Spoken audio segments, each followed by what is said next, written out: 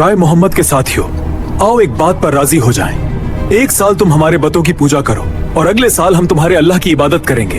यूं ना तुम्हारे लोग अलग रहेंगे ना हमारे, सबका भला होगा।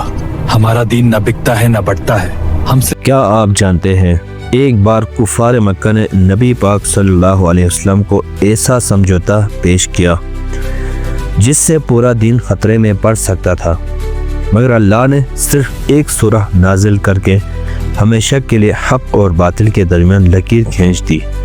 ये वो वक़्त था जब मक्का की गलियां तो आबाद थी मगर दिल अंधेरों में डूबे हुए थे। ताकत, दौलत और गुरूर ने हक की आवाज़ को दबाने की कोशिश की। ऐसे में अल्लाह के आखिरी नबी हज़रत मोहम्मद सल्लल्लाहु अलैहि वसल्लम तौहीद का पैगाम लेकर खड़े हुए। एक अल्लाह की इबादत, जुल्म से इनकार और हक के सामने सर झुका देना, ये बात कुरैश को हरगिज़ पसंद नहीं थी। कुरैश के सरदारों ने सोचा कि अगर इस पैगाम को रोका न गया तो इनकी सरदारी, इनकी बुत और इनका झूठा निज़ाम सब ख़त्म हो जाएगा। चुनांचे उन्होंने एक चाल चली। वो नबी के पास आए और कहा, ए मोहम्मद, आओ एक समझौता कर लेते हैं। एक साल तुम हमारे माबूदों की इबादत कर लो और एक साल हम तुम्हारे रब की इबादत कर लेंगे। इसी तरह न हमें नुकसान होगा न तुम्हें।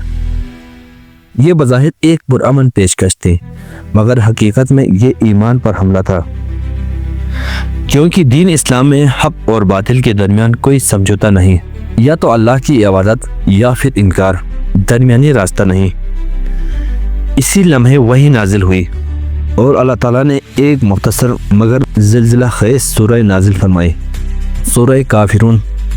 अल्लाह ने फरमाया कि तो एक काफिरो, मैं इनकी इबादत नहीं करता जिनकी तुम इबादत करते हो, और न तुम उसकी इबादत करने वाले हो जिसकी मैं इबादत करता हूँ। ये आयत सिर्फ अल्फाज नहीं थे बल्कि ऐलान हक थे, साफ, दो टोक और बगैर किसी खौफ के।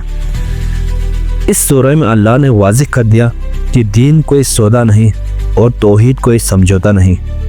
सूरह काफिरून हमें सिखाती है कि ईमान का मतलब सिर्फ नमाज और रोज़ा नहीं बल्कि हक पर डट जाना भी है, चाहे दुनिया साथ छोड़ दे, चाहे ताकतवर मुखालिफत पर उतर आए।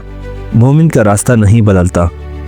ये सूरह हमें ये पैगाम देती है कि हर इंसान को अपने अक़ीदे में साफ़ होना चाहिए। मुनाफिकत, मिलावट और दोगलापन अल्लाह को पसंद नहीं।